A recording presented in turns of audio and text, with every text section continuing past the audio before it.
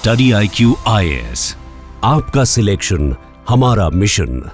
नमस्कार साथियों, बहुत बहुत स्वागत है आपका आज के इस बेहद विशेष और बेहद चौंकाने वाले सेशन में। साथियों, आप स्क्रीन पर जो हेडलाइन देख रहे हैं उसने पूरे साउथ एशिया के बुद्धिजीवियों और जियोपॉलिटिकल एनालिस्ट को हिलाकर रख दिया है।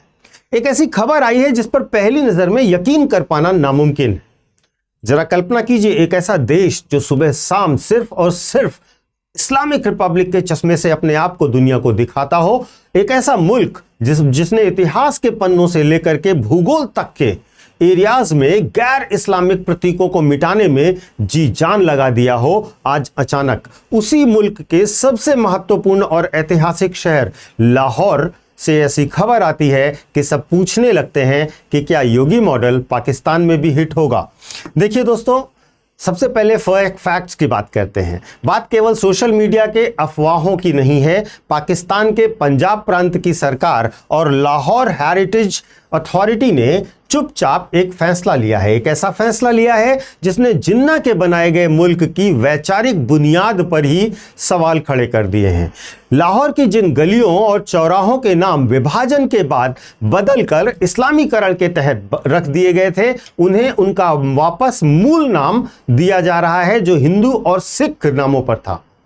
इस्लामपुरा का बोर्ड हटने वाला है, वहां पर नाम लिखा जा रहा है कृष्णनगर।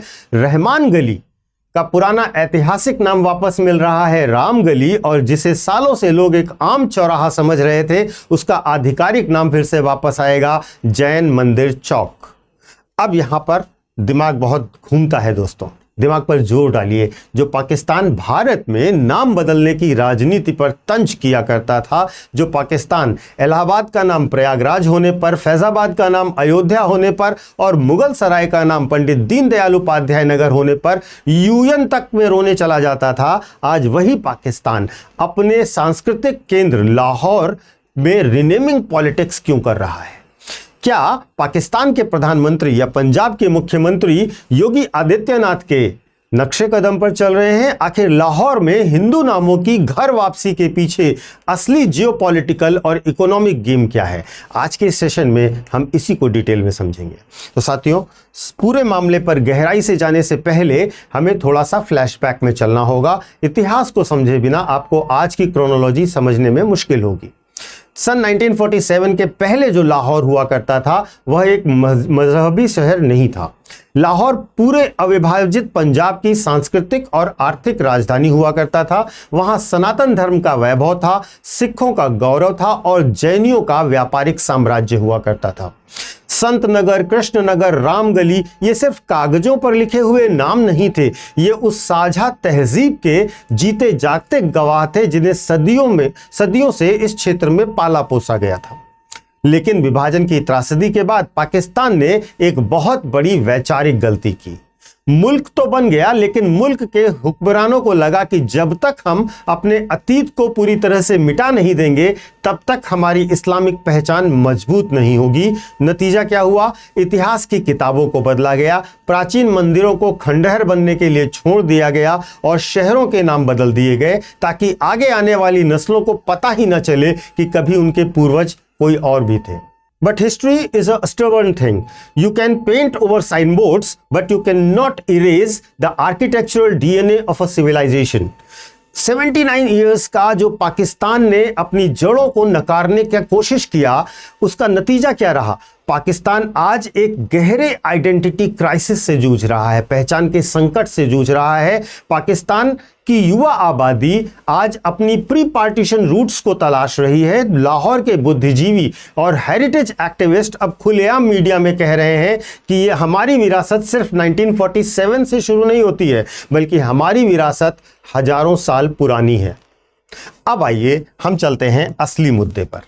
असली मुद्दे पर आप कहेंगे कि सर पाकिस्तान अचानक इतना उदारवादी, इतना टॉलरेंट कैसे हो गया कि उसे हिंदू सिख विरासत याद आने लग गई? तो दोस्तों, जियोपॉलिटिक्स में कोई भी काम बिना स्वार्थ के नहीं होता। इसके पीछे 3 बहुत बड़े क्रूर कड़वे कारण हैं, ध्यान से इन्हें नोट कीजिएगा। पहला कारण है इकोनॉमिक डेस्परेशन का।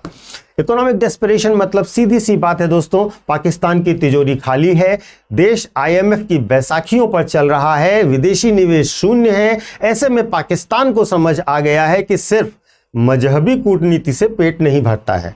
दुनिया में इस वक्त कल्चरल टूरिज्म का अरबों डॉलर का इंडस्ट्री बन चुका है। तुर्की अपने ऑटोमन हिस्ट्री को बेचकर कमा रहा है। मिस्र अपनी फिरौन और पिरामिडों को दिखाकर दुनिया से डॉलर बटोर रहा है। और भारत ने तो अपनी जो सनातन सभ्यता को ग्लोबल ब्रांड ही बना दिया है। पाकिस्तान को अब समझ आ रहा है कि उसके पास जो हिंदू और सिख इतिहास के अवशेष हैं वो असल में फंडिंग और टूरिज्म का बहुत बड़ा जरिया बन सकते हैं। ये दिल का बदलाव नहीं है दोस्तों, ये सीधे सीधे जेब का बदलाव है।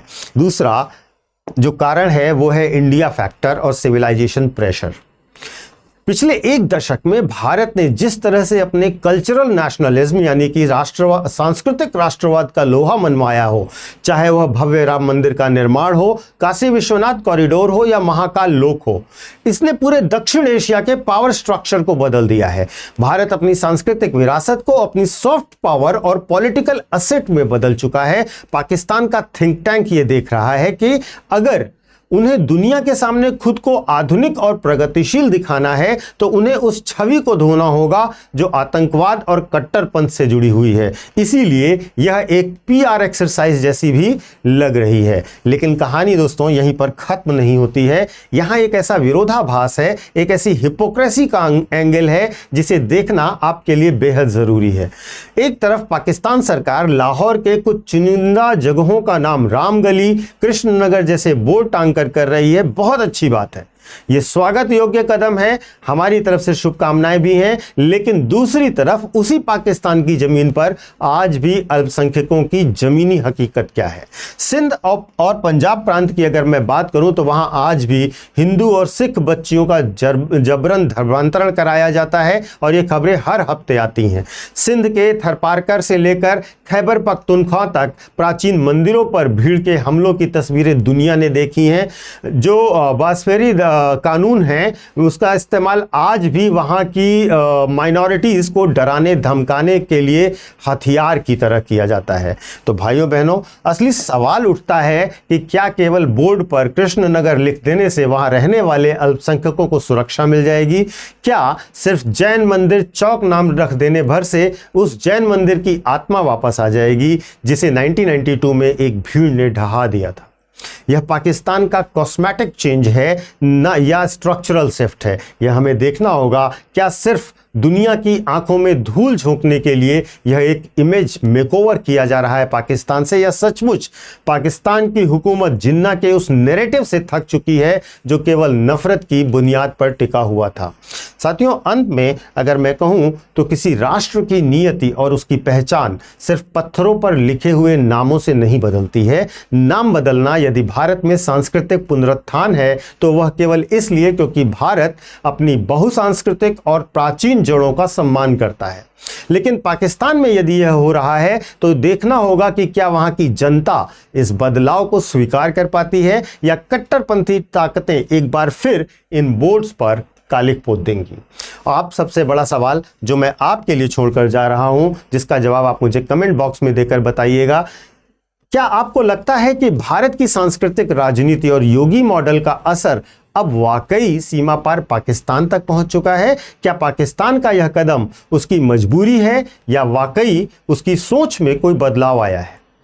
अपनी राय कमेंट बॉक्स में जरूर दर्ज कराइएगा। सेशन पसंद आया हो तो आप इसे अपने दोस्तों के साथ लाइक और शेयर करना बिल्कुल मत भूलिए। और यदि आप चैनल में नए हैं तो स्टडी IQIS को सब्सक्राइब अवश्य कीजिए। मैं आपको अपने सोशल मीडिया हैंडल्स बता देता हूं। UPSC मेंटोर पंकज सर के नाम से आप मुझे कनेक्ट कर सकते हो इंस्टा और टेलीग्राम पर। यहाँ पर आपको मेरे सारे वीडियोज़ के लिंक मिल जाएंगे। और इसके साथ साथ जो बच्चे UPSC की तैयारी करना चाहते हैं वे हमारे प्रतिज्ञा बैच से जुड़ सकते हैं। आपको हिंदी माध्यम, इंग्लिश माध्यम और बाइलिंगुअल सब तरह से हमारे बैचेस मिलेंगे। 18 बुक का सेट दिया जाएगा, regular classes, mentorship, test series, ढेर सारी फैसिलिटीज़ हैं। और अब हम एक नए स्मार्ट मॉडल पर पूरे के पूरे कोर्स को शिफ्ट कर रहे हैं। तो इसलिए बने रहिए, जुड़े रहिए। इसकी डिटेल्स आपको सामने शेयर करेंगे, आप उसकी डिटेल्स को भी देख सकते हैं। और कोर्स को जल्द से जल्द ज्वाइन कीजिए। ज्वाइन करने से पहले PK लाइव कोड का इस्तेमाल कीजिएगा, आपको बहुत ढेर सारी डिस्काउंट भी मिल जाएगी। Thank you so much. जय हिंद। स्टडी IQIS, आपका सिलेक्शन हमारा मिशन।